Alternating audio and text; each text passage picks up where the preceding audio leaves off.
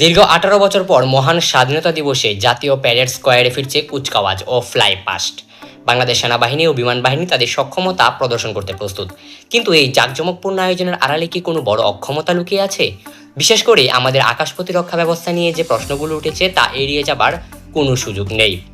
বাংলাদেশের আকাশ প্রতিরক্ষার মূল ভিত্তি হয়েছে 2011 সালের চীন থেকে কেনা FM-19 স্বল্প পাল্লার ক্ষেপণাস্ত্র ব্যবস্থা। এটি ড্রোন বা হেলিকপ্টার শনাক্ত করতে পারলেও আধুনিক হাই স্পিড ফাইটার জেট বা দূরপাল্লার ক্রুজ মিসাইল বিরুদ্ধে এটি প্রায় অকার্যকর।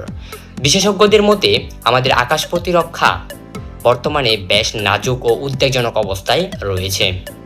বিমান বাহিনীর হাতে থাকা 44টি যুদ্ধবিমানের মধ্যে 36টি চীনের তৈরি পুরনো মডেলের F-7 এবং 8টি সোভিয়েত যুগের MiG-29।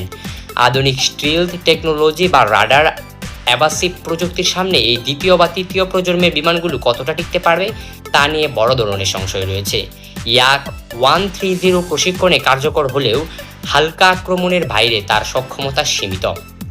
আমাদের বিমান বাহিনী কামানের ভান্ডারে থাকা টাইপ 5, 6, 5, 9 এবং 7-4 সিরিজগুলো এখনকার দিনের আকাশ প্রতিরক্ষার জন্য যথেষ্ট নয়। অন্যদিকে রাশিয়ার তৈরি 36টি MI সিরিজের হেলিকপ্টার সহ মোট 73টি হেলিকপ্টার আমাদের বহরে থাকলেও সরাসরি আকাশ যুদ্ধে এগুলো ভূমিকা খুবই নগণ্য। ইতালির সিলেক্স রেড 31DL রাডার আধুনিক হলেও প্রশ্ন হলো পুরো আকাশ সীমা ডেকে ফেলার মতো পর্যাপ্ত রাডার কি আমাদের আছে? বিশেষজ্ঞদের মতামত, বিশেষ করে এই নাজুক পরিস্থিতি নিয়ে সাবেক সামরিক কর্মকর্তাদের উদ্বেগ বেশ স্পষ্ট। এয়ার ভাইস মার্শাল অবসরপ্রাপ্ত মোহাম্মদ হোসেনের মতে আধুনিক কালের যুদ্ধে এখন আর কেউ সরাসরি গ্রাউন্ডে ট্রুপ নামায় না।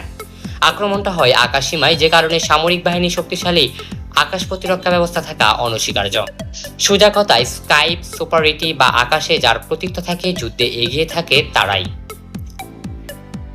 মেজর জেনারেল অবসরপ্রাপ্ত ফজলে এলাহি আকবর আরও কঠোর ভাষায় সতর্ক করেছেন। তিনি বলেছেন, আমাদের প্রযুক্তিগত সীমাবদ্ধতা এমন পর্যায়ে যে কোনো বড় আক্রমণ হলে আমাদের বর্তমান প্রতিরক্ষা ব্যবস্থা মাকড়সার জালের মতো নিরাপত্তা দিতে পারবে বলে তিনি মনে করেন না। অর্থাৎ আমাদের আকাশ প্রতিরক্ষা জিরো না হলেও জিরোর খুব কাছাকাছি। স্বাধীনতা দিবসের কুচকাওয়াজে আমাদের গর্ব, কিন্তু কেবল সক্ষমতার প্রদর্শনই যথেষ্ট নয়।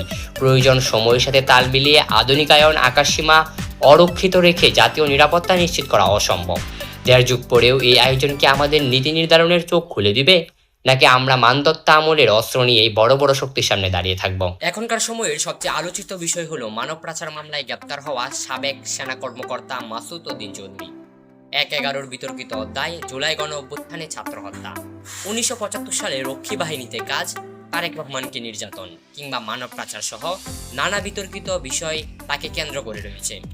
মাসুদ উদ্দিন চৌধুরীকে সোমবার দিবাগত রাতে রাজধানীর ভারিদারা DOHS এলাকা থেকে গ্রেপ্তার করা হয়েছে। উইকিপিডিয়ার তথ্য মতে একাদশ জাতীয় সংসদ নির্বাচনে ফেনী 3 আসনের সংসদ সদস্য হন তিনি। হোসেন মোহাম্মদ এরশাদের প্রতিরক্ষা বিষয়ক উপদেষ্টাও ছিলেন। 2007 সালের 11 জানুয়ারি নাটকীয় রাজনৈতিক পরিবর্তন 1/11 নাটের গুরু হিসাবেও পরিচিত তিনি। তৎকালীন সেনাপ্রধানের ঘনিষ্ঠ সহযোগী হিসেবে তিনি গুরুতর অপরাধ দমন সংক্রান্ত জাতীয় সমন্বয় কমিটির প্রধান ছিলেন। এই কমিটি তৎকালীন সময়ে রাজনৈতিক ও ব্যবসায়ীদের গ্রেপ্তার করত। তারেক রহমানকে অমানবিক নির্যাতনের ক্ষেত্রে মাসুদ উদ্দিন চৌধুরীর মুখ্য ভূমিকা ছিল। উদ্দিন চৌধুরীর কর্মজীবন শুরু হয় 1975 সালের রক্ষী বাহিনীতে। 75-এর পর পরিবর্তনের পর জিয়াউর রহমান রক্ষী বাহিনী থেকে অন্যান্যদের সঙ্গে তাকেও সেনাবাহিনীতে যুক্ত করেন। 2018 সালে তিনি হোসেন মোহাম্মদ এরশাদের জাতীয় পার্টিতে যোগ দেন। গত বছর 25শে আগস্ট মাসুদ উদ্দিন চৌধুরী সহ 33 জনের বিরুদ্ধে 100 কোটি টাকা অর্থ পাচারের অভিযোগে মামলা করে CID। হাজার হাজার কোটি টাকা পাচারের অভিযোগও আছে তার বিরুদ্ধে। 2024 সালের জুলাই আগস্টের আন্দোলনের সময় ফেনীর মহিপালে গুলিতে 11 জন নিহতের ঘটনায় তিনি অন্যতম আসামি।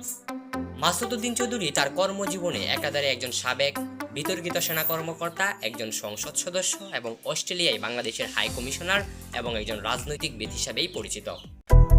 পরিবহন মন্ত্রী শেখ রবিউল আলম বলেন, এবারের ঈদযাত্রায় বাড়তি নয় কম ভাড়া নিচ্ছে বাস। অন্যদিকে এবারের ঈদযাত্রায় অতিরিক্ত ভাড়া 20 বছরের রেকর্ড ভঙ্গ করতে চলেছে। যেখানে পাবনার 600 টাকার ভাড়া নেওয়া হচ্ছে 1200 টাকা, রংপুরের 500 টাকার ভাড়া নেওয়া হচ্ছে 1500 টাকা। এই বিষয়ে কুদ্দুস বয়াতি প্রতিবাদের সুরে বলেন, ঘটনা সত্য নাকি? শুনলাম অনেক জায়গায় বাস ভাড়া নিতে চাচ্ছে না, যাত্রীরা জোর করে ভাড়া দিচ্ছে। যদিও এবারের ঈদযাত্রাকে সরকার খুবই স্বস্তিকর বলছেন, তবে ঈদের দিনেই সড়ক দুর্ঘটনায় 10 জন নিহত হওয়ার কথা জানা গিয়েছে। এমনকি সবচেয়ে নিরাপদ ও স্বাস্থ্যকর ট্রেন ভ্রমণের ক্ষেত্রেও একাধিক দুর্ঘটনার কথা কিন্তু উঠে এসেছে। এক্ষেত্রে সবচেয়ে আলোচিত বিষয় ছিল ব্রিজের সঙ্গে ধাক্কা লেগে ট্রেনের ছাদে থাকা এক যুবকের মৃত্যুর কথা।